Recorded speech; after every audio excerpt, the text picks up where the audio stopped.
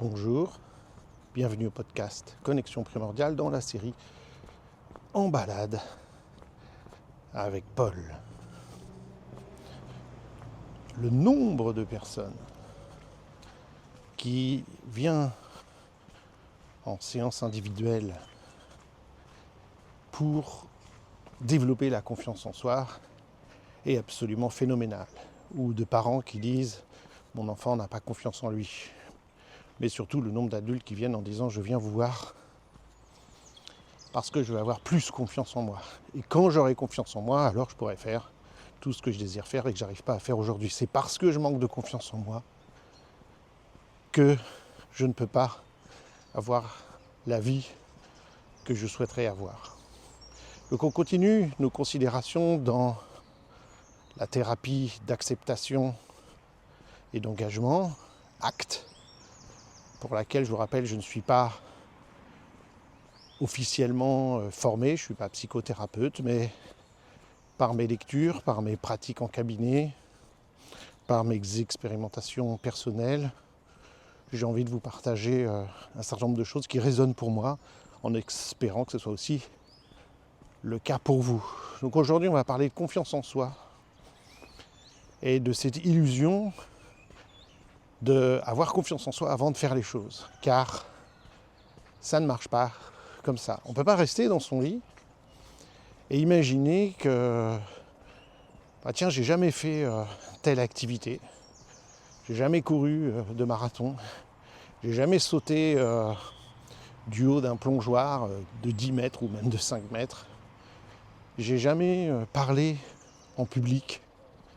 Mais je vais rester dans mon lit, je vais rester chez moi, et puis je vais attendre que la confiance dans cette activité vienne. Et quand j'aurai confiance de sauter d'un plongeoir de 5 mètres ou de parler devant un groupe, alors je le ferai. Est-ce que vous vous rendez compte que, vous vous rendez bien compte en disant cela, que c'est illusoire, que c'est impossible? On ne peut pas attendre d'avoir confiance pour faire quelque chose. La confiance, c'est comme un muscle peut-être. C'est comme faire du sport, ça se pratique à petite dose. Alors, dans la même genre d'idée, je vais parler dans un instant de discipline et de volonté.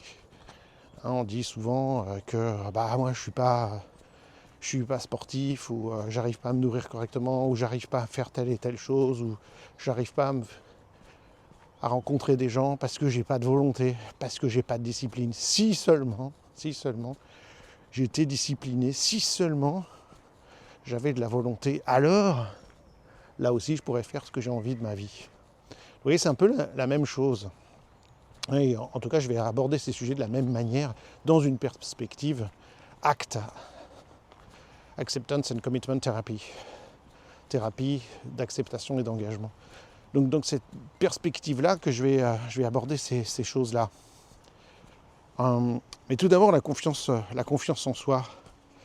La confiance en soi, c'est, je veux faire quelque chose de nouveau, j'ai de l'anxiété, j'ai des peurs, j'ai peur de l'échec, j'ai des doutes, et donc je me dis, ça va pas être possible. Il faut d'abord que je sois certain de réussir avant de faire le truc. Donc ça marche pas. En fait, pour faire quelque chose de nouveau, il faut forcément prendre un risque, il faut sortir de sa zone de confort. Et quand quelqu'un fait quelque chose de nouveau, vous, moi, n'importe qui, un champion du monde olympique, le plus grand orateur du monde ou quoi que ce soit, quand quelqu'un fait quelque chose de nouveau, il ressent de l'anxiété, de la peur, du doute, et il sort de sa zone de confort et il prend le risque d'échouer, en définitive, de ne pas arriver à faire le truc. Donc confiance, c'est la racine con, ça veut dire avec, comme vous le savez, et fidéré, c'est la fidélité qu'on a en soi. C'est je sais que je peux me raccrocher à moi-même. Et j'ai parlé dans des épisodes précédents du fait que, on a des sensations de doute, on a des sensations de stress, d'angoisse, de peur, et que si je me suis fidèle, je sais que ça va passer. J'ai confiance dans le fait que rien n'est fixe et que c'est des vagues qui vont passer. Elles ne sont pas agréables, mais elles vont passer. Donc, avoir fidélité à soi, c'est se dire, tiens, je vais sortir de ma zone de confort, je vais faire quelque chose de nouveau, et puis je vais voir ce qui se passe. Je vais voir ce qui se passe. C'est une expérimentation. Moi, toujours, mon modèle, c'est le bébé. C'est le bébé qui fait quelque chose de nouveau. Est-ce que le bébé, il se dit, je vais attendre d'avoir confiance en moi pour marcher avant de me mettre à marcher. Là, quand je sentirai que je peux le faire sans échouer, alors seulement je me mettrai à marcher. Non, qu'est-ce qu'il fait le bébé? Il sort de sa zone de confort, il joue, il explore, chaque jour un peu plus, chaque jour différemment. Son corps se transforme, ses expériences le transforment, il prend confiance en lui progressivement, il essaye quelque chose de nouveau, et encore, et ça ne s'arrête jamais jusqu'à l'adolescence où on prend de plus en plus de risques, on va de plus en plus vite, on va de plus en plus haut, de plus en plus loin, de plus en plus fort. Ça ne s'arrête jamais. C'est cette prise de risque permanente, cette sortie de zone de confort permanente qui fait que je développe de la confiance en moi. C'est pourquoi il est très important de laisser nos enfants expérimenter, sortir de leur zone de confort, les confronter au monde. Alors j'ai pas dit à les jeter sur la route pour voir ou les mettre dans des situations extrêmement difficiles où on est sûr qu'ils vont échouer pour voir comment ils s'en sortent, c'est pas ça. C'est de les laisser prendre des initiatives et d'explorer les choses. Donc ça se passe avant tout dehors, en lien avec d'autres, donc en société, en lien, en tribu, et donc sans écran évidemment. J'ai dit dehors, évidemment si vous dites aux enfants dehors et puis ils ont leur téléphone dans la poche, ça ne marche pas. Mais c'est par la créativité, par le jeu. En fait, chez les enfants, toutes les sorties de zone de confort se font sous la forme de « et on aurait dit que ». Ça, c'est quelque chose de majeur. Ça, c'est on imagine une situation, on se mime dans la situation, on joue la situation. Le jeu, là, c'est ça le mot-clé. On joue la situation. Et à force de la jouer, de la mimer, je vais pouvoir la vivre de plus en plus réellement et me projeter dans le monde réel.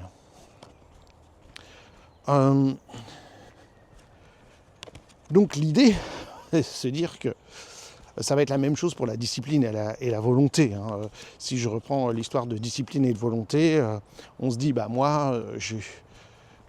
y a des gens, ils ont tellement de discipline et de volonté, alors le matin ils se lèvent, ils font la gym, ils sont motivés, ils vont au bureau à pied, ils font ceci, cela, et puis le soir après le boulot... On imagine, il y a comme une potion magique. Il y a des gens, ils ont la potion magique. Ils ont eu le bon gène. Ils ont eu le gène de la volonté. Ils ont eu le gène de la discipline. Ils ont...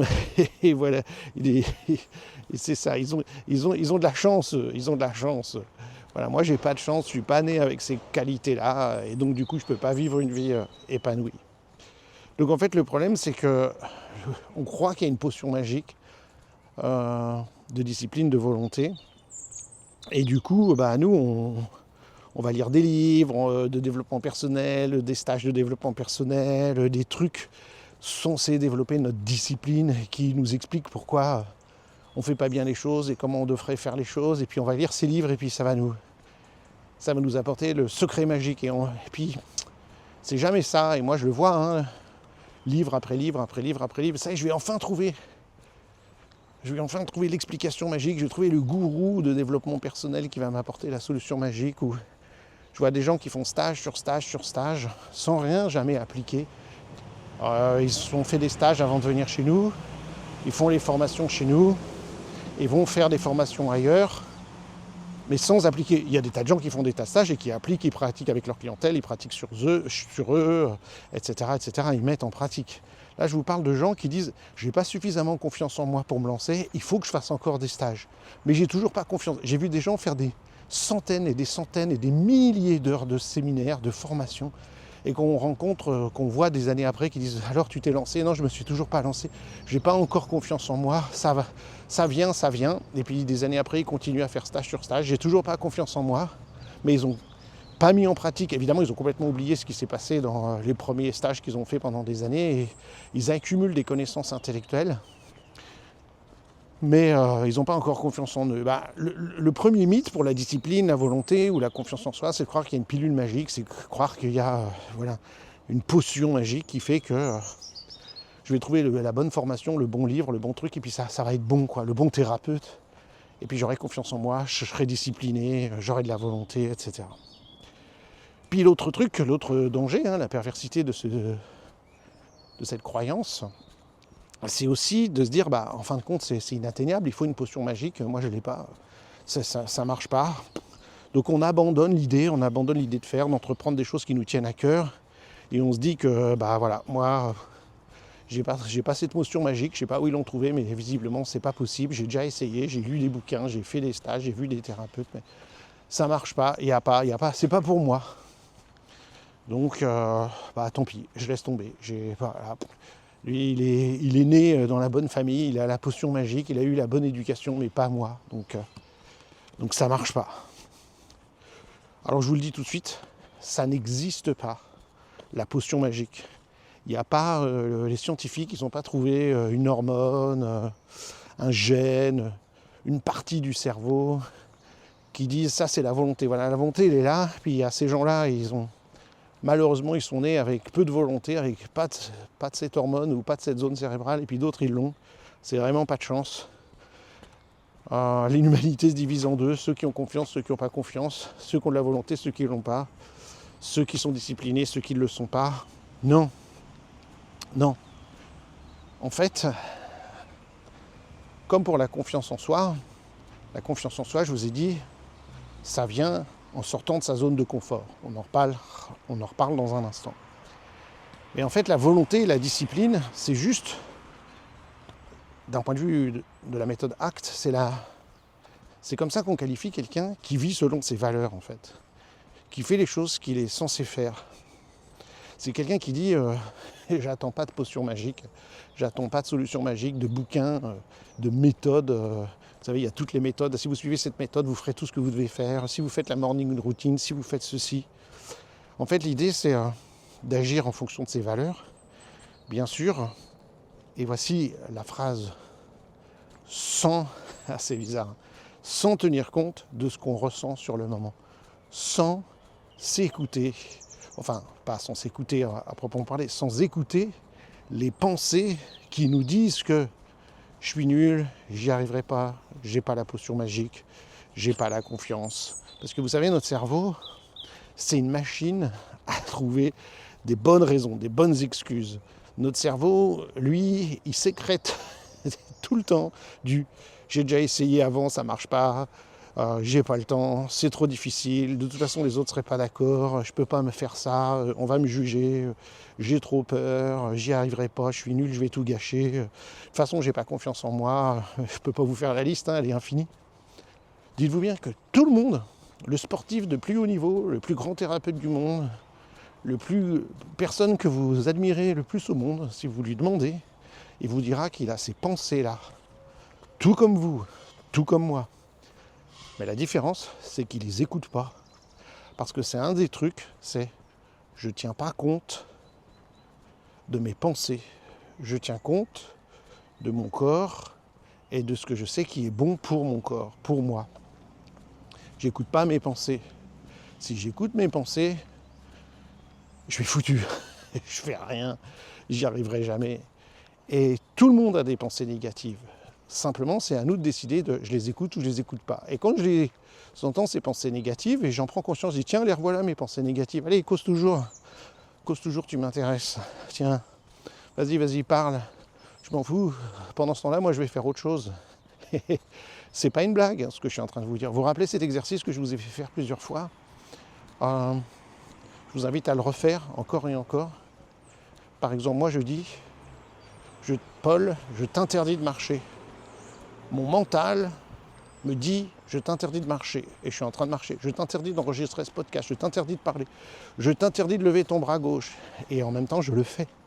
Tu vois, je t'écoute pas, tu peux toujours parler, mental, tu peux me donner des ordres. Il y a une partie de moi qui porte un nom compliqué dans la méthode ACT, une méta-partie de moi qui peut observer tous ces fonctionnements-là et auxquels je ne m'identifie pas. Je ne m'identifie pas à toutes les pensées qui qui pense dans ma tête. Tout comme je ne m'identifie pas à tous les fantasmes ou toutes les idées bizarres qui me passent dans la tête. On l'a toujours eu. On a peur on est dans une situation, on va dire des gros mots, on va dire des choses inconvenantes, je vais mettre tout nu devant tout le monde. On a tous eu ces peurs-là de dire oh, je vais faire quelque chose devant tout le monde. Et puis on s'inhibe. On s'inhibe, bien sûr qu'on ne fait pas tout ce qui nous passe par la tête, bien sûr qu'on n'obéit pas à tout ce que notre corps dit. Oh, je vais lui foutre une grande baffe dans la figure, il aura bien mérité. Je sais pas, je pense quelqu'un dans un magasin qui n'est pas poli avec moi ou qui m'a pas cédé la priorité ou quoi que ce soit. Je vais le tuer. On n'écoute pas. Mais quand je dis je suis nul, tu n'y arriveras pas, de toute façon tu ne pourras pas le faire, etc. Mais vas-y, cause toujours, fais-toi plaisir. Moi, pendant ce temps-là, je suis en train de faire ma promenade. Tu m'as dit, bah non, tu n'y arriveras pas, tu ne perdras pas du poids, tu ne seras pas en forme. De toute façon, ça ne sert à rien. De toute façon, dans 6 mois, tu vas abandonner. Déjà, dans la vie, tu l'as déjà fait, ça, de te remettre au sport et puis tu abandonnes. Je vous dis des vraies pensées qui se passent dans ma tête à moi. Et de toute façon, tu l'as déjà fait dans ta vie. Et puis, oui, bah vas-y, parle toujours. Hein. De toute façon, qui vivra verra. Mais en attendant, je t'écoute pas.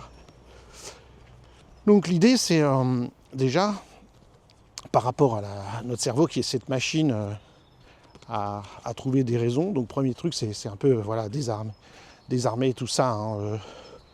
Je vais pas, tant pis, je t'écoute pas. Et j'y vais.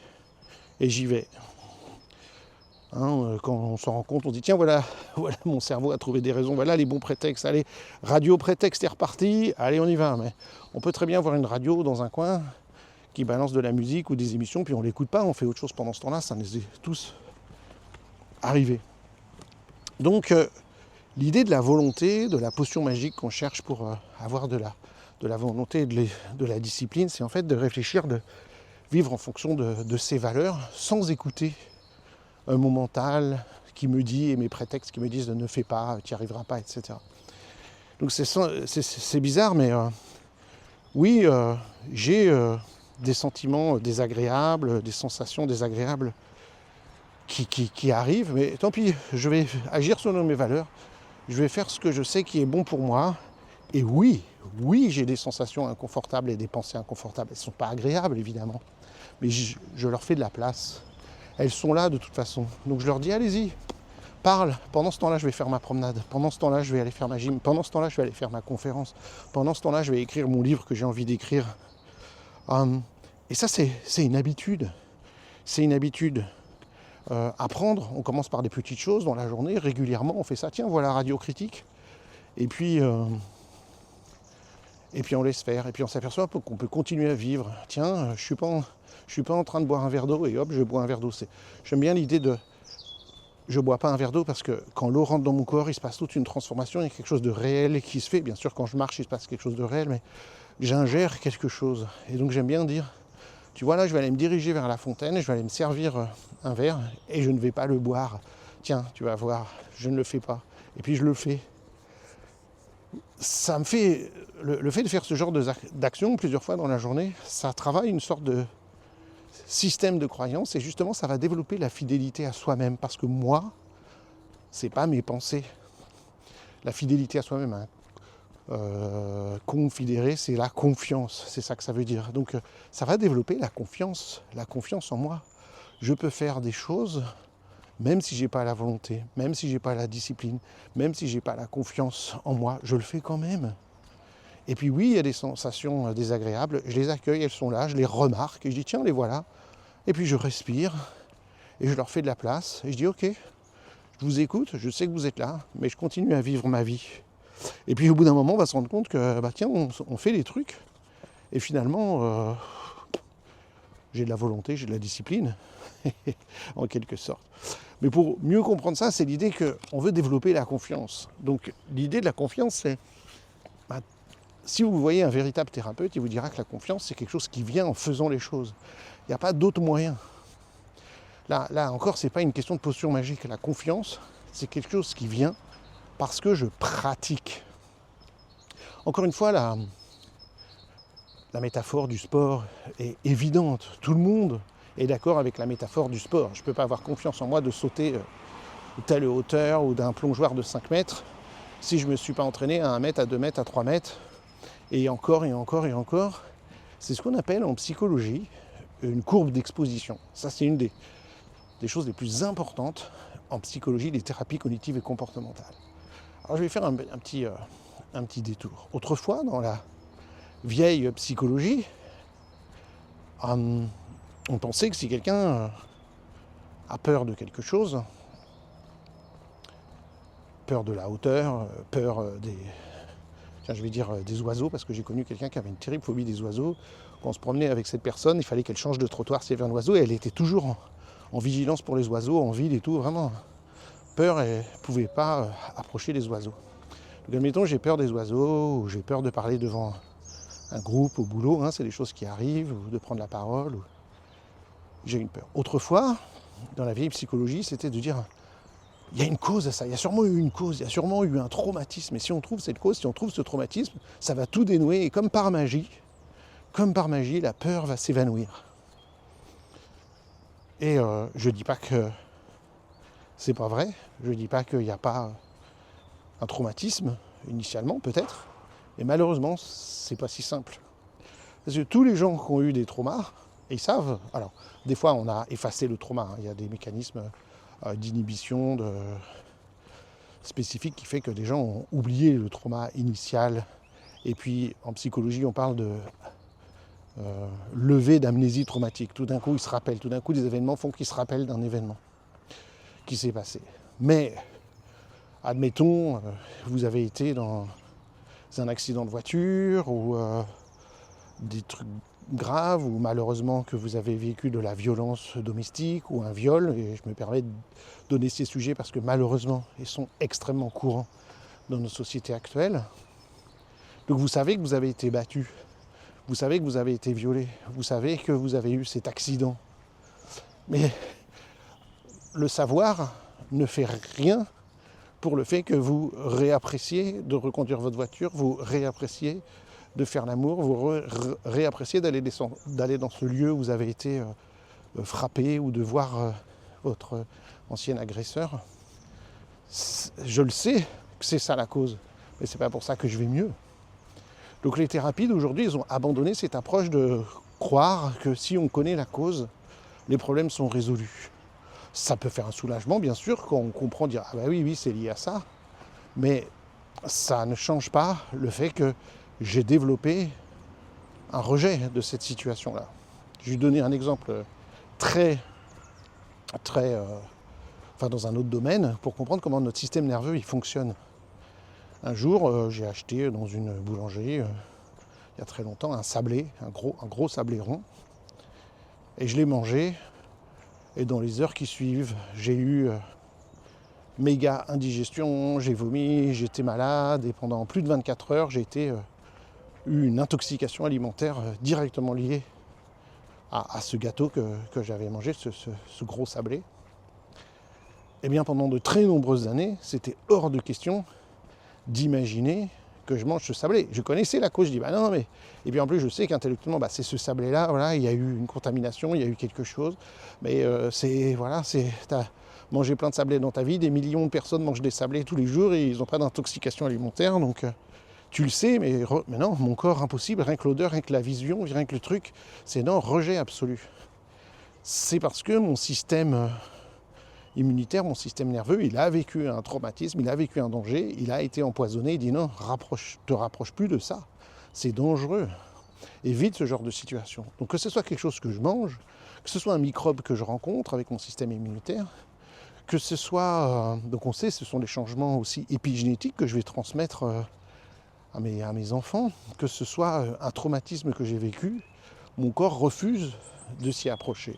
Il a un rejet de ça. Et quand je dis mon corps, c'est mon corps, mon mental, mon esprit. Donc comment on fait en psychologie aujourd'hui pour guérir, ou je devrais plutôt dire surmonter ces traumatismes et ces stress? Eh bien, un des mécanismes les plus connus et les plus éprouvés scientifiquement, c'est ce qu'on appelle une courbe d'exposition. Donc une courbe d'exposition, c'est d'y aller à petite dose. Je sais que ça semble incroyable parce que quelqu'un qui a par exemple une phobie, et j'ai connu des gens qui ont des phobies, donc je vous ai parlé de cette personne qui a la phobie des oiseaux, à plusieurs mètres dans la rue, elle se cache derrière vous et elle change de trottoir. C'est pas juste ouais, j'aime pas trop les oiseaux et tout, c'est vraiment une phobie. Et si jamais il y a un oiseau qui est proche d'elle, elle se met à hurler et à pleurer. Donc là, on parle d'une phobie. Ça, aujourd'hui, en psychologie, ça se soigne très bien par une courbe d'exposition. Évidemment, quand vous avez une phobie comme ça, vous dites c'est impossible, c'est impossible. Et si vous dites, ben voilà, on va te mettre en présence d'un oiseau, tout ce que vous allez faire, c'est traumatiser encore plus la personne, elle va se mettre à hurler, à pleurer, qui sait, faire un blackout ou quoi que ce soit. On ne prend pas quelqu'un qui a été violé, le mettant en présence de son violeur, allez, va lui faire un bisou, tu vas voir, tout va bien, va voir ton frère, vous faites la paix, va voir ta sœur, allez, un petit bisou, allez, on oublie, on se pardonne. Ce serait une violence extrême. Hein, comme autrefois, on l'a tous entendu, il a peur de l'eau et hop, on le jette dans la piscine, le gamin. C'est à créer des générations de traumatisés et de gens qui n'ont plus jamais mis les pieds dans l'eau. Donc l'idée, c'est en psychologie d'avoir une courbe d'exposition. Alors on va dire aux gens, voilà, on va te proposer une première stimulation. Sur une échelle de 1 à 10, tu dois l'évaluer. 0, c'est je ressens rien, ça me fait rien du tout. 1, ça me fait un tout petit quelque chose. 2, 3, 4, vous avez compris. Et 10, ce serait extrême, panique totale, je contrôle plus rien, c'est la peur absolue, au secours, je me sauve. Donc, admettons, la personne a peur des oiseaux, on dit bon, bah voilà, on va d'abord lire un livre sans images qui parle des oiseaux, qui raconte la vie des oiseaux, etc. Comment tu te sens à cette idée-là? Si la personne dit 0, c'est que ça lui fait aucun stress, ce ne sera pas suffisant. Il faut qu'il y ait un petit quelque chose, une petite stimulation. Donc en général, on choisit un stress qui doit être autour de 3-4. Ah oui, ça me fait un petit nœud à l'estomac, mais ça va, mais je ressens quand même, c'est désagréable. Ok, on va lire des livres sur les oiseaux. Et parfois, il y a des thérapies de rééducation qui sont comme ça, c'est des séances de 2-3 heures que la personne fait 3-4 fois, et ça suffit. Donc on commence à enseigner, c'est souvent les araignées, donc c'est quoi les araignées, machin et tout. Puis après, on dit, tiens, une fois que la personne est à l'aise avec ça, que ça ne lui fait plus rien, et ça se produit, on dit, bah, tiens, on va regarder des images d'oiseaux, des photos d'oiseaux. Alors peut-être qu'au début, on montre des photos d'oiseaux vues de loin, donc c'est des petits oiseaux au loin, peut-être on voit la mer et puis des mouettes au loin. Puis quand la personne est à l'aise, on voit des photos d'oiseaux avec des plus gros plans, avec les becs, avec les yeux, avec les pattes, etc. Et puis ensuite, on va montrer peut-être un jouet de oiseau, un jouet oiseau, un oiseau en plastique, et puis peut-être un oiseau empaillé, vous avez compris le truc. Et puis ensuite, on va sortir, on va regarder des oiseaux, des vrais oiseaux, peut-être qu'ils sont dans une cage. On va aller dans une animalerie. Il y a des oiseaux en cage, il faut pouvoir passer dans les rayons, et puis s'approcher plus. Et puis, ce qui est très important, c'est d'apprendre qu'est-ce que c'est un oiseau, comment ça marche un oiseau, quel est le comportement des oiseaux. Par exemple, moi, j'ai assez peur des chiens parce que je ne connais pas les chiens. Je n'ai jamais été élevé avec des chiens, j'ai jamais eu des chiens. Donc, je ne connais pas les comportements des chiens. En revanche, j'ai été élevé avec les chats. Et les chats, je suis super à l'aise, j'ai aucune peur vis-à-vis des chats. Et il y a des gens qui sont terrorisés par les chats, leurs griffes, leurs crocs, leur comportement. Parce qu'ils ne comprennent pas le comportement des chats. Il leur fait peur. Moi, j'ai pas peur. S'il y a un chat qui vient la nuit sur mon lit et venir marcher sur moi, ce qui m'arrive, les chats des voisins qui ont trouvé la trappe, la chatière de notre chatte, et qui rentrent, et la nuit, des fois, on retrouve les chats des voisins sur nous, dans notre lit. Ça me fait pas peur, ça me fait rien, mais il y a des gens, ils hurleraient, et voilà. Mais moi, je connais bien les chats, et j'ai pas peur des chats. Mais par contre, les chiens, j'ai jamais été élevé avec des chiens, je suis mal à l'aise avec les chiens. Donc voilà la courbe d'exposition. Si c'est de parler devant un groupe, on va d'abord faire imaginer, préparer un truc, mais ne pas le faire. Prendre la parole devant 3 personnes, je suis à l'aise pendant 1 minute, et puis etc., etc., etc. Vous voyez, la confiance, ce sera la même chose. C'est une courbe d'exposition. Ça marche pour les thérapies, pour les gens qui ont des traumas. Quand je dis ça marche, on dit c'est utilisé en psychologie, c'est pas une solution miracle, mais ça se fait très bien pour les phobies en particulier. On peut guérir de phobies avec les thérapies cognitivo-comportementales par quelques séances, en général 2-3 heures, je vous ai dit 4-5 séances, ça marche pour la peur des avions, des araignées, de ce que vous voulez. Jusqu'à ce que la personne soit capable de prendre l'araignée dans sa main, de toucher les serpents, les oiseaux, bref. Donc, la confiance en soi, c'est exactement la même chose. On ne peut pas attendre d'avoir confiance en soi, tout comme on ne peut pas rester dans notre lit et imaginer que tout d'un coup, un beau matin, je vais me lever, je vais adorer les araignées et les oiseaux et leur faire des bisous comme ça, alors que j'en avais la phobie. La confiance en soi, C'est une compétence sportive, c'est un muscle qui s'entraîne, qui se pratique et qu'on peut pratiquer, d'autant plus qu'on a un peu désarmé les prétextes qu'on avait là, notre cerveau avec toutes les mauvaises raisons qui nous dit de ne pas faire quelque chose et qu'on n'y arrivera pas, ou la potion magique qui n'existe pas de volonté. Donc comment on fait? Comment on développe la confiance en soi? Bon, déjà, j'ai dit, on s'entraîne à faire des petits trucs, hein, je ne lève pas ma main, des choses pour laisser la place aux pensées. Mais j'y viens. Première chose, c'est quitter sa zone de confort. Voilà. Donc, je choisis quelque chose dans lequel je veux développer de la confiance. Donc, quand les gens viennent nous voir en séance, qui disent je vais avoir confiance en moi, je dis dans quel domaine de votre vie vous manquez de confiance et plus exactement, dans quel domaine de votre vie vous voudriez être plus à l'aise de faire quelque chose? Truc social, professionnel, sportif, une activité, un hobby ou quoi que ce soit. Dans quel domaine je veux commencer à exercer ma confiance en soi, en moi, c'est ça l'idée. Dans quel domaine? Donc je choisis un domaine. Donc ça veut dire sortir de ma zone de confort. C'est ce que font les bébés sans arrêt. Donc si les bébés le font, on peut le faire. Pourquoi? Parce que nous avons tous été bébés. Nous avons tous eu une énorme confiance en nous qui nous a fait marcher, qui nous a fait apprendre à parler en faisant des tas d'erreurs.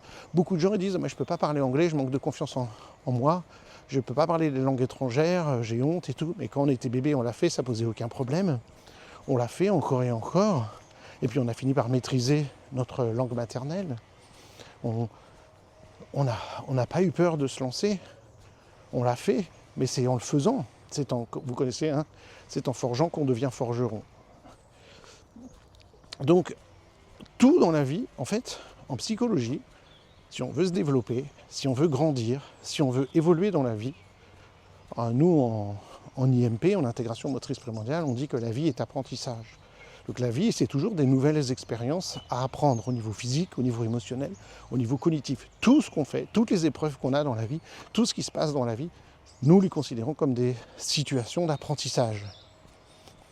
Et donc, on donne les moyens en IMP aux gens de développer des compétences d'apprentissage, c'est-à-dire de surmonter les épreuves qui se présentent à nous et de voir ces épreuves comme des opportunités d'apprentissage, de grandir, de s'adapter. Ça ne veut pas dire qu'on réussit tout ce qu'on fait, ça veut dire j'apprends de cette situation. Qu'est-ce que je retire de cette situation? Ah oui, des fois j'ai vécu des choses douloureuses, bien entendu, mais qu'est-ce que j'ai tiré de cette situation? Qu'est-ce que je peux en apprendre? Il y a toujours quelque chose à en apprendre. Donc première chose, dans la vie, en psychologie, si on veut se développer, physiquement, sportivement, posturalement, cognitivement, si on veut se développer, on doit sortir de sa zone de confort. Il n'y a pas d'autre moyen. Si on reste dans notre confort, or toute notre société d'aujourd'hui, le monde du marketing, de la publicité, nous dit cocooning, restez dans votre confort, faites-vous du bien, mangez ces bons aliments gras, salés, sucrés, ne bougez pas, restez dans votre canapé, regardez ces séries télé. Et regardez, il n'y a même plus besoin de cliquer sur une touche pour regarder l'épisode suivant et il vient tout seul l'épisode suivant. Oh, puis la voiture, avant, il fallait mettre la clé dans la porte et puis tourner la clé. Ah, mais on a découvert que c'était trop dur pour le poignet des gens. Alors finalement, on a fait l'ouverture, on appuie juste sur un bouton et ça ouvre les portes. Puis à un moment donné, les humains sont devenus tellement paresseux que appuyer sur un bouton d'une clé qu'il faut sortir de sa poche, c'est un inconfort tellement grand qu'on aura une petite carte magnétique dans la poche et quand on s'approche de notre voiture, elle s'ouvre toute seule par magie. Oh, c'est extraordinaire. Et puis pour le coffre, le geste d'appuyer sur le bouton et de lever le coffre est tellement énorme et le geste de lever la main pour rattraper le coffre et le fermer est tellement énorme qu'il y aura un petit bouton sur le côté de la voiture ou sur ma clé qui fait que le coffre s'ouvre ou se ferme automatiquement. Et c'est la même chose pour ouvrir les fenêtres des voitures. C'est tellement énorme ce petit tourne, je peux continuer comme ça beaucoup. Et puis, mouliner le sel, c'est tellement dur que on a des moulins à sel ou à poivre à pile pour pas que j'ai à faire ce petit mouvement de poignet. Oh, la vie est tellement dure. Oh, je ne vais pas sortir de mon confort.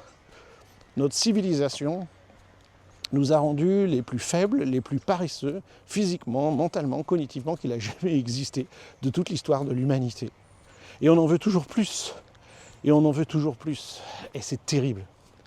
Donc, les solutions que disent les psychologues, c'est il faut sortir de notre zone de confort. C'est comme ça qu'on apprend. C'est comme ça qu'on grandit. Si je veux grandir, si je veux évoluer, je sors de ma zone de confort. En fait, toute vie sur ces planètes vient de là. Parce qu'il y a un inconfort, les espèces s'adaptent, changent, évoluent. Imaginons que... Enfin, c'est pas imaginons. Quand il y a une contingence climatique, événementielle, qui dure sur des centaines et des milliers et des dizaines de milliers d'années, et des centaines de milliers d'années, les animaux, les bactéries, les plantes, les champignons, tout le règne du vivant s'adapte progressivement. Mais c'est très long, hein. C'est un processus très long au niveau des espèces. Mais c'est comme ça que créent les choses, parce qu'il y a un inconfort. S'il n'y a pas d'inconfort, il resterait toujours la soupe primordiale qui serait peinard dans son petit... on suppose que c'est apparu au fond des océans, dans des sources chaudes, la vie serait apparue là, mais on ne sait pas trop, peut-être apportée par des météores, on ne sait pas trop, mais bref. Ce serait resté comme c'est parce qu'il y a eu des contraintes qui fait que les choses se combinent, les choses s'adaptent, les choses changent. Ben, ce mécanisme-là se passe aussi à l'échelle de nos propres vies. C'est ce qu'on appelle l'épigénétique. Il y a les changements interespèces qui mettent des centaines de milliers d'années à se faire, même si parfois il peut y avoir des bonds un peu rapides, avec des mutations un peu rapides, mais c'est un processus excessivement lent à l'égard de notre psychologie et de notre durée de vie humaine. Mais au niveau individuel, ça se passe comme ça, hein, pour toute espèce animale, végétale, champignons, bactéries, on s'adapte à notre milieu, et quand le milieu change, on change, ou on meurt. On change ou on meurt. On souffre terriblement. Donc l'idée, c'est que sortir de ma zone de confort, c'est déjà un grand... un grand quoi, comme ils disent en anglais, a leap of faith, un saut dans l'inconnu, ils disent un saut de foi. Voilà, c'est ça, c'est de la confiance en fin de compte. C'est déjà, je développe la confiance en moi, j'ai fidélité en moi, je sors de ma zone de confort. Donc dites-vous déjà, comment je peux sortir de ma zone de confort? Quelle petite chose je peux faire qui sort du quotidien, que je ne fais pas d'habitude, quelque chose d'inhabituel, quelque chose de nouveau, quelque chose de fun, quelque chose qui demande un effort. Ça peut être lire un bouquin, apprendre une langue étrangère, ça c'est apprendre à jouer de la musique, se mettre à faire une activité sportive, un hobby, se lancer un défi professionnel et d'accepter une mission, un poste, quelque chose. Bref. Bien sûr, au début, on ne va pas se lancer des défis trop grands. Encore une fois, si vous n'avez jamais couru, vous ne dites pas, tiens, dans 6 mois, je vais faire un marathon. Là, vous courez à l'échec et à la blessure, évidemment, et à l'abandon. Donc, c'est de se dire, voilà, je vais apprendre quelque chose de nouveau, je vais mettre en place quelque chose. Et puis, forcément, au moment où vous vous dites ça, va apparaître du doute, de l'anxiété. C'est obligé. Il n'y a pas quelqu'un qui sort de sa zone de confort, qui dit « Ah tiens, je vais apprendre quelque chose de nouveau, et puis ça va être comme une lettre à la poste. » Non, bien sûr. Donc il va y avoir du doute, il va y avoir la critique qui apparaît et tout, et je fais de la place à ça. Vas-y, cause, t'es là, je respecte, t'es là. De toute façon, je peux rien y faire, il y a des nuages qui passent dans le ciel, qu'est-ce que tu veux que je fasse? Les vagues veulent détruire mon château de sable. Je peux soit lutter de toute mon énergie contre les vagues, mais je sais qui c'est qui va gagner. Je ne peux pas être seul face au monde et gagner, ça ne marche pas, c'est illusoire. Donc les choses se passent. Troisième point, accepter l'idée inévitable, inéluctible, qu'on va faire des erreurs. On va faire des erreurs. Si vous dites non, moi je ne ferai pas les choses parce que je risque de faire des erreurs, on fera rien. On fait des erreurs automatiquement. Là, je me suis lancé un nouveau défi de proposer des séances payantes le lundi de 14h à 15h15. Donc un Zoom avec tout un programme et tout. Forcément, ce faisant, je fais des erreurs. Je fais des erreurs dans la mise en place de mon setup vidéo, caméra, enregistrement, ordinateur. Je fais des erreurs dans la manière dont j'ai prévu le programme, de gérer le temps de parole, de temps de... Forcément. Mais je ne peux pas apprendre à faire des bonnes séances Internet avec des gens si j'ai pas commencé. Je ne peux pas dire j'attends d'être un expert en séances à distance de gym si je ne l'ai jamais fait. J'ai donné des tonnes de séances en pratique, en présentiel avec les gens, mais là, à distance, c'est nouveau. Avant, on faisait des trucs pendant le Covid, mais je faisais ma séance et puis c'est tout, je ne tenais pas compte et puis les gens me suivent pas. Là, c'est différent, je fais des séances où les gens payent et où je mets en place un programme. Donc je fais des erreurs. Déjà, il y a eu une première séance, je sais que j'ai fait des erreurs. J'ai noté les erreurs. Et je dis maintenant, qu'est-ce que j'apprends de ça? Qu'est-ce que je peux faire de différent la prochaine fois? Et j'ai dit aux gens, dites-moi. Si vous ne me dites pas, c'est comme les podcasts. Des fois, j'ai beaucoup de chance, la plupart des gens mettent un pouce vers le haut sur mes podcasts, et puis avec des commentaires positifs, et c'est en disant ci ou ça, et je suis très content, mais parfois il y a des gens qui mettent des pouces vers le bas. Et évidemment, on a le droit de mettre des pouces vers le bas. Mais je ne sais pas, le problème c'est qu'ils n'écrivent pas le pourquoi ils ont mis un pouce vers le bas. Est-ce que c'était parce que la qualité technique, on m'entend respirer, c'est trop long, je ne m'exprime pas bien, ou le sujet ne les intéresse pas, ou ils sont en désaccord complet avec ce que je dis, ou peut-être ce sont des psychologues formés là en méthode ACT et qui disent mais ils racontent n'importe quoi. Je ne sais pas pourquoi il y a un pouce vers le bas, ou c'est juste que ce matin-là les gens étaient de mauvaise humeur, ou ils m'aiment pas, ou j'en sais rien. Donc que s'ils me disent voilà, et il y a eu le cas là récemment, il y a quelqu'un qui a dit le sujet de ce podcast c'est très intéressant, là c'était justement sur la méthode ACT, mais ça me dérange tellement de vous entendre respirer, et je le comprends, je le sais, mais c'est le principe du podcast En balade avec Paul, sans quoi je ne ferais pas de podcast du tout. Il dit ça me dérange tellement que je ne peux pas me concentrer sur le truc et du coup je ne peux pas écouter ce podcast.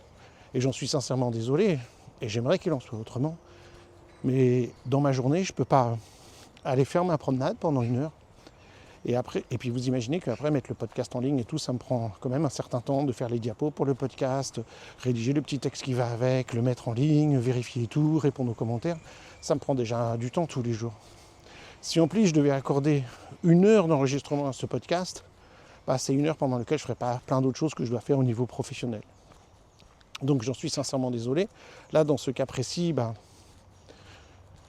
je peux essayer de marcher un petit peu moins vite ou de prendre le temps de mieux respirer, mais j'y arrive pas, c'est difficile. Donc malheureusement, dans ce cas de figure, ça ne correspond pas à des gens, mais je sais ce qu'il en est, je sais le pourquoi et je peux éventuellement changer les choses ou peut-être décider de temps en temps de faire, j'y ai pensé, des podcasts avec le gros micro derrière l'ordinateur bien tranquille. Donc 1, quitter sa zone de confort. 2, s'ouvrir aux doutes, à l'anxiété qui vont arriver, c'est sûr. 3, on va faire des erreurs. Par exemple, on se remet au sport, on en fait trop et on finit par se faire un petit peu mal. C'est ce qui se passe moi là depuis le mois de fin septembre. Je me suis mis à faire de la natation 2 fois par semaine et dans mon enthousiasme, j'y suis allé un peu fort et je commence à avoir des petites douleurs au bras. Donc il faut que je ralentisse parce que je suis allé un peu vite, mais je me sentais bien. Donc voilà. Donc ça, c'est une erreur typique de débutant. Des fois, le coach il m'a donné des séances qui durent un certain temps en disant là, tu vas faire une bonne récup et tout. Et où moi, j'ai pas tenu compte de la récup suffisamment.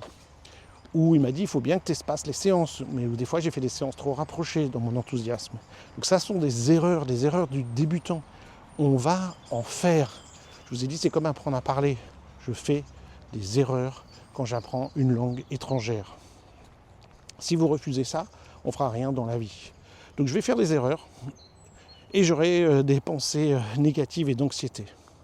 Et donc ensuite, on arrive au point 4, c'est faire le truc. Mais faire le truc, faire la nouvelle chose, encore et encore et encore. Et puis là, je vais développer des compétences par rapport à cette activité. J'ai fait ma première séance à distance lundi dernier. Et là, je me suis dit, tiens, il faut que je change. J'avais une caméra qui était fixe, une caméra qui était mobile, mais j'avais du mal à gérer les deux. Et des fois, je m'adressais à la mauvaise caméra. Donc j'ai dit, non, je vais remplacer ces 2 caméras par une nouvelle. Et j'ai acheté une webcam perfectionnée que je peux mettre sur un pied et qui va me suivre au niveau de l'autofocus. Et du coup, j'aurais pu tenir compte de ça. Donc, tiens, j'ai appris, il me faut un outil qui est meilleur. Ok. Et puis, au début, j'ai pris trop de temps pour parler, donc j'ai dit la prochaine fois on va directement passer à la pratique. Et donc je commence à développer une nouvelle compétence, tiens. Et évidemment je vais faire ma 2e séance et je vais en retirer des conclusions et je vais modifier et ainsi de suite.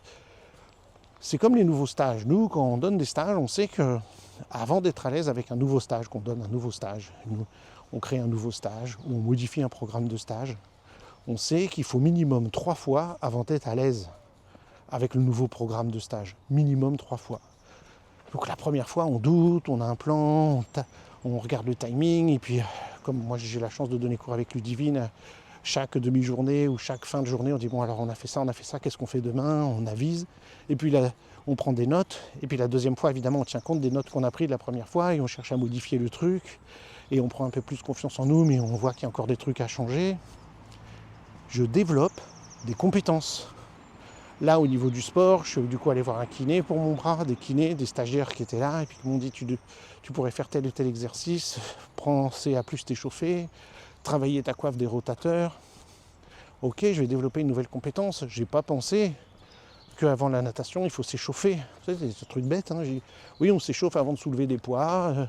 À la natation, il faut s'échauffer aussi. Et tu sautes pas dans le bain et puis le crawl pendant 1 heure sans espérer que... Enfin, en espérant que tout va bien se passer à bientôt 60 ans. Alors que j'ai pas nagé depuis que je suis gamin. Ouais, j'ai nagé plein de fois dans ma vie, mais j'ai pas fait de la natation depuis que je suis ado. Donc faites cette chose encore et encore, jusqu'à qu'on en développe les compétences pour la mener à bien. Et puis qu'est-ce qui va se passer ? La confiance va venir. Ce sont les gestes confiants qui doivent venir en premier. C'est les gestes, c'est la pratique. Pas le sentiment, pas la sensation. Ça vient après. Votre modèle, c'est le bébé. Notre modèle, c'est les bébés. Mais quand je dis que c'est les bébés, on pense souvent à c'est quelque chose d'extérieur. Oh, je regarde des bébés. Nous avons tous été bébés. Il n'y a pas moyen de faire les choses, de devenir performant dans quelque chose, si on ne s'y colle pas à petite dose. Et oui, on va échouer. Et oui, on aura des sensations désagréables. Et tous les sportifs que vous connaissez de plus haut niveau, les champions du monde, ils ont le matin la petite voix, plusieurs fois par semaine, qui leur dit « Je ne veux pas aller à l'entraînement, j'irai pas à l'entraînement, je ne veux pas y aller, j'en ai marre, j'abandonne, de toute façon j'y arriverai pas, je ne décrocherai pas la médaille olympique, je ne vais pas le faire.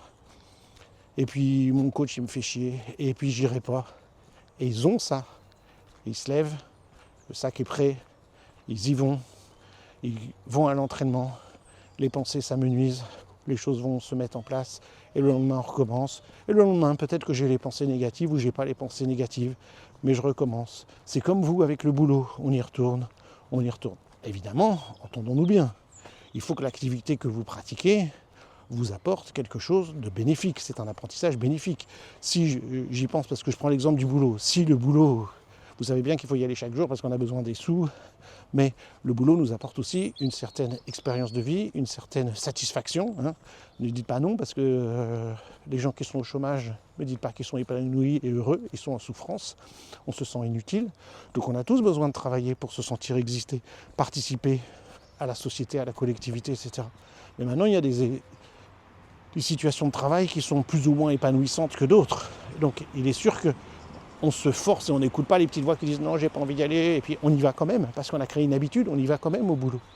Mais je ne suis pas en train de vous dire que si ça vous fait souffrir, si vous êtes au bord du burn-out, si vous vous faites agresser au boulot, continuez à y aller et puis vous allez voir. C'est pas du tout ce que je suis en train de dire. Si vous êtes dans une situation délétère, bien sûr, il va falloir changer. Là, je suis en train de parler de situations, de choses que je veux développer. Je choisis de sortir de ma zone de confiance. C'est pas je me résigne à une situation indigne, violente, négative qui se passerait au boulot. Ou, par exemple, je redonnais l'exemple du gars qui va s'entraîner tous les jours ou de la dame qui va s'entraîner tous les jours, qui est sportif professionnel. S'ils ont un coach qui est malveillant, qui est un coach qui est négatif, et un coach qui leur fait du mal, bien sûr qu'il faut écouter la petite voix et changer de coach, et changer de situation, et changer de club. Je suis en train de vous dire par rapport à quelque chose qu'on choisit. On a de ne pas attendre d'avoir confiance en soi, de ne pas attendre la sensation de confiance en soi. Faire des actes de confiance et la sensation viendra. C'est toujours un principe dans... Vous voyez pourquoi ça s'appelle thérapie d'acceptation et d'engagement. J'accepte les pensées négatives. Elles sont là et il n'y a pas moyen, il n'existe pas de technique, de drogue, de médicament qui fait que je n'aurai plus de pensées négatives. Après, on en a plus ou moins, Et à force de pratiquer ce genre de choses, on en a un peu moins, mais on en a toujours. Si vous vivez dans l'illusion qu'un jour il n'y aura plus de pensée négative, abandonnez ça tout de suite, ça n'existe pas. Vous interrogez, c'est ce qui s'est fait déjà dans plein de trucs de psychologie, hein, interrogez les champions du monde, ils ont plein de pensées négatives, mais ils ne les écoutent pas. J'ai oublié ce que je disais, mais voilà. Donc on a ces pensées négatives, mais on ne les écoute pas, on y va. Je fais quand même. Et puis la confiance viendra, on fait les choses. Oui, acceptation des choses, voilà, il y a des pensées négatives, elles sont là. Oui, il y a du doute, de l'anxiété. Oui, je vais faire des erreurs, mais j'accepte cette situation. Et ensuite, engagement. Donc acceptation et engagement. Ok, j'y vais. Et puis on verra bien ce qui se passe. Moi, ce que je fais beaucoup, ce qui m'a beaucoup aidé dans la vie, c'est de me visualiser. Comment je me sens, comment je me sentirais dans une heure si j'écoute mes pensées négatives. Comment je me sens dans une heure si je ne les écoute pas. C'est-à-dire, oh non, pas aujourd'hui l'entraînement. Oh non, pas aujourd'hui d'aller au boulot, je vais me faire porter pâle. Ah non, pas aujourd'hui de bien manger. Ok. Premier choix, j'écoute ces pensées négatives. Je ne vais pas au sport, je mange mal, je me fais porter pâle, je vais voir un médecin, je fais un faux certificat d'arrêt maladie. Et comment je me sentirai dans une heure ou ce soir? Si la réponse est mal, moi personnellement, je sais que c'est le cas, ça n'ira pas. Si je sens que le fait oui, on peut dire ça comme ça, de succomber à ses pensées, d'écouter ses pensées, me fait aller plus mal, ça va pas.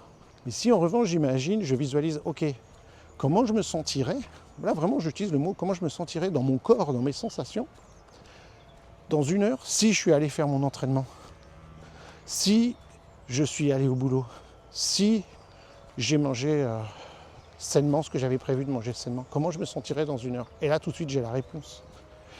Ça, là, c'est des stratégies qu'il faut créer encore et encore. C'est pas au moment, tout d'un coup, 1er janvier, j'ai décidé à partir de maintenant, ceci, cela. On commence à s'entraîner ça, des petites choses. Oh là, j'ai pas envie d'aller faire les courses, ok. Puis, entendons-nous bien, hein, des fois, il faut arrêter de se mettre la pression. Des fois, consciemment, je dis, ok, là, je fais le choix de ne pas le faire. Donc, comment je me sentirais dans une heure si, au lieu d'aller faire ma promenade, je reste, allez, encore un petit peu dans mon lit? Je sais comment je me sentirais. Pas bien. Culpabilité. La journée démarrera mal. J'arriverai pas à me concentrer sur mon travail. Il y a de fortes chances que du coup, après, je mange mal. Et que je sois pas en forme ce soir. Et que du coup, j'ai envie de regarder des séries télé. Ce que je fais pas. Mais en fait, là, je vais vous donner un truc. Pour éviter de regarder des séries télé trop, on a eu, je vous avoue, on n'a pas de télé, mais on a un écran d'ordinateur. On n'a pas la télé parce que, devinez-moi, si on a la télé, on n'a pas de volonté. On la regarde et on zappe. C'est ce qui se passe quand on va dans des hôtels, on donne des cours. On rentre, je vous avoue, des travers terribles. On rentre, à l'hôtel, je sais pas, après le cours, il est peut-être 19h, on allume la télé puis on zappe. Et puis après, on va manger en regardant la télé. C'est pas grave parce que ça nous arrive une fois par mois, donc ça fait un soir ou deux par mois. Il n'y a rien de dramatique et on le fait en toute conscience. Et je vais vous donner un autre truc terrible, que vous allez nous juger terriblement, qui fait qu'on n'est pas parfait. Quand on fait nos déplacements professionnels, on apporte notre nourriture saine, on prépare des bons petits plats, on achète des crudités, on apporte notre glacière et on mange ça. Mais sur le chemin aller, et parfois aussi sur le chemin retour, quand on s'arrête à la station-service pour faire le plein sur l'autoroute, on achète un paquet de chips et un paquet de fromage, je ne vais pas dire de marque, mais d'une certaine marque qu'on aime bien. Et on mange nos chips avec nos bouts de fromage qu'on aime bien. Dans notre vie, en dehors de une fois par mois de manger des chips, il n'y a pas de chips chez nous, il n'y a pas de frites chez nous, il n'y a pas de trucs comme ça. Mais nous, c'est une sorte de rituel qu'on a dans la voiture, on se bouffe notre paquet de chips. Et Ludivine, elle aime les chips nature, mais moi, à chaque fois, j'aime bien essayer des nouveaux goûts qui sont tous dégueulasses, plus dégueulasses les uns que les autres. Mais alors, la dernière fois, là, c'était ce week-end, j'ai pris les chips au vinaigre. Waouh, c'était fort. Donc, on se lâche la grappe, là, on dit, voilà, c'est notre rituel. On ne fait pas tout parfait. Et des fois, quand c'est le week-end ou que je décide de ne pas faire ma promenade, voilà, c'est bon, une fois par semaine, je peux me permettre de ne pas le faire et puis ça va bien. Parce que c'est différent. Donc on fait les choses, et puis ça vient en faisant. Qu'est-ce qu'on dit? L'appétit vient en mangeant. Voilà, l'appétit vient en mangeant. C'est exactement la même chose. Je vais apprendre à jouer de la musique. Ah non, mais je commencerai à jouer de la musique quand je pourrai jouer des symphonies.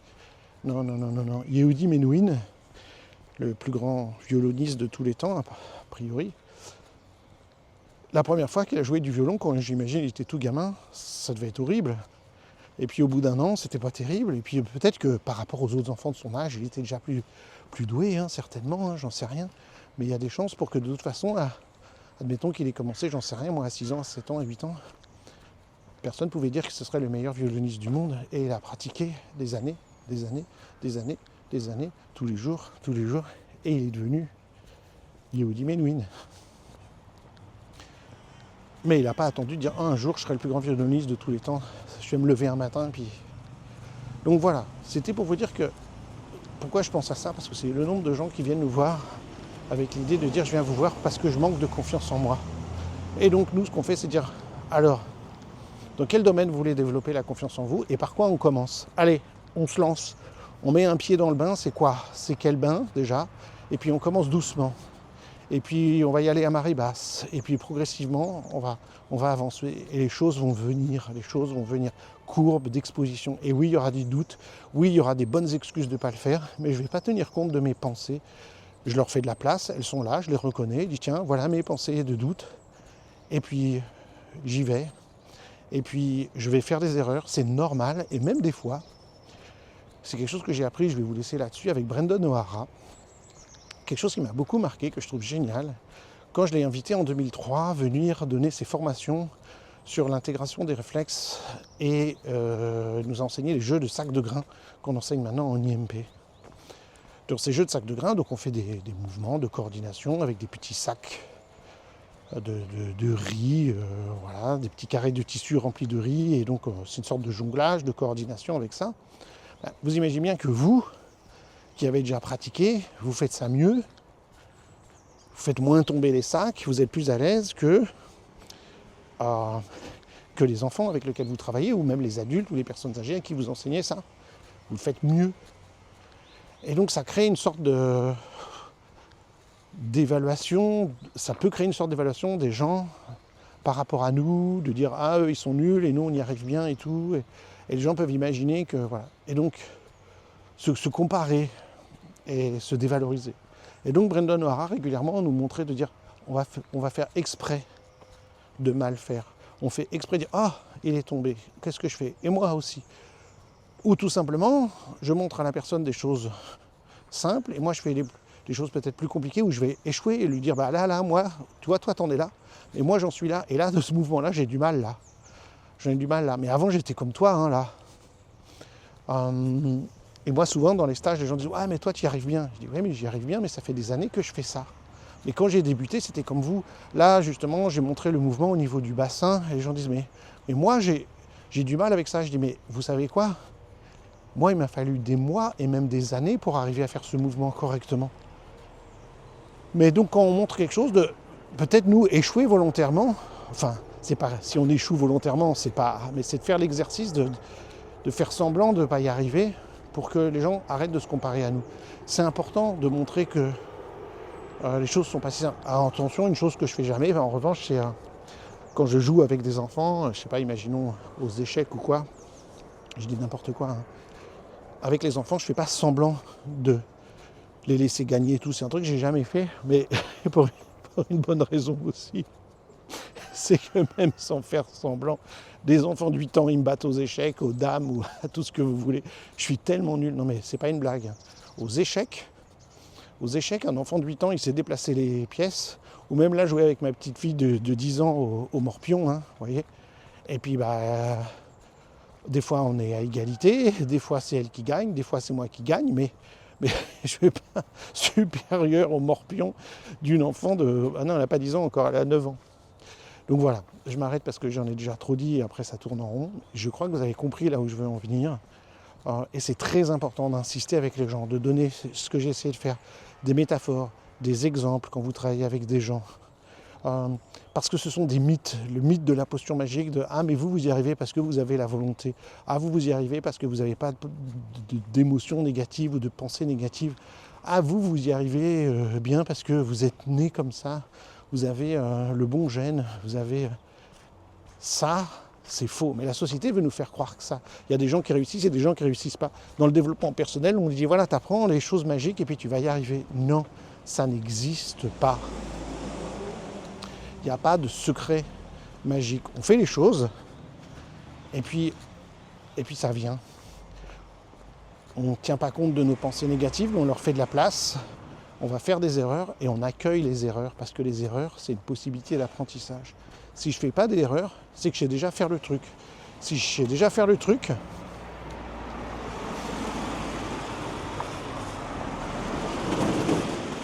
j'ai rejoint la route, comme vous l'entendez. Si je sais déjà faire le truc, c'est que je ne suis pas sorti de ma zone de confort. Si je ne sors pas de ma zone de confort, je suis rien en train d'apprendre. Et comme la vie est apprentissage, c'est dommage d'arriver au bout de sa vie et de dire t'as appris quoi de cette vie, t'en retires quoi? Rien. Juste regarder des séries télé et manger ce qu'on me servait à table et suivi le courant. Et j'ai pas dit que ça fait pas du bien des fois de suivre le courant, bien sûr. Et des fois c'est la meilleure chose à faire de suivre le courant.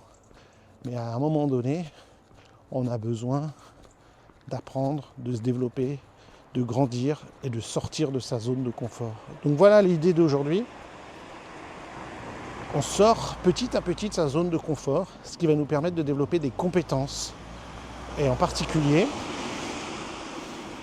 développer les compétences liées à cette méthode ACT d'acceptation et d'engagement. Donc je vous souhaite de bonnes sorties de votre zone de confort.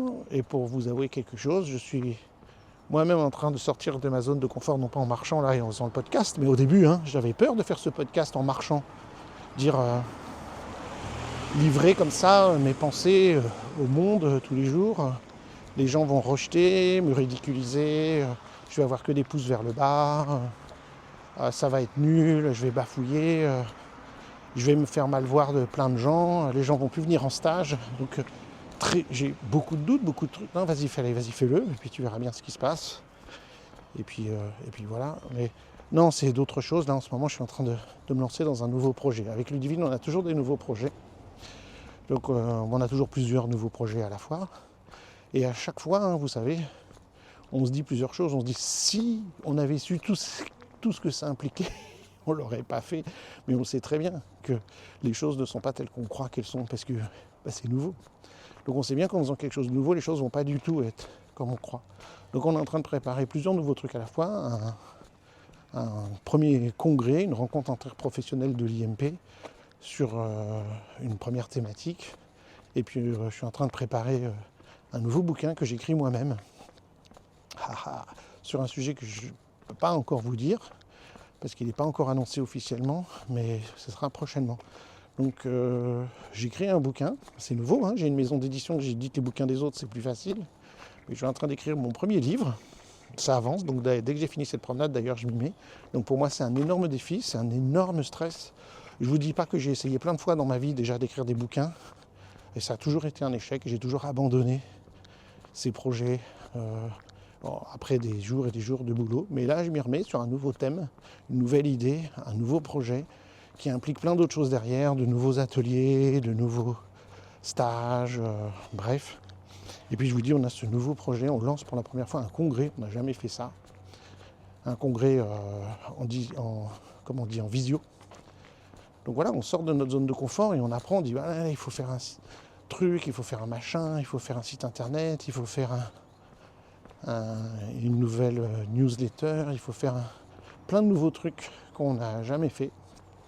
Et donc c'est pas confortable, mais on a de l'enthousiasme, on a envie de le faire, on a envie d'apprendre parce qu'en vrai on a envie de partager des tas de choses qu'on a envie de faire connaître sur des sujets, d'où le livre, d'où le congrès. Dites-vous bien que le but premier de ça, c'est pas de faire du pognon, on fait pas du pognon à à faire un livre ou un congrès qui sera gratuit, mais c'est des sujets qui nous tiennent tellement à cœur. C'est pour ça qu'on a cette chaîne YouTube où on fait tellement de choses, parce qu'on aime partager. Mais donc voilà, on sort de notre zone de confort. Donc bon inconfort à tout le monde. N'écoutez pas vos pensées qui vous disent que vous n'y arriverez pas. Faites confiance à votre corps qui va faire. Et la confiance vient, c'est en forgeant que l'on devient forgeron. Il n'y a pas d'autre moyen. Tout le reste, c'est de la pensée mythologique, c'est de la pensée magique. Je vous souhaite une très bonne journée.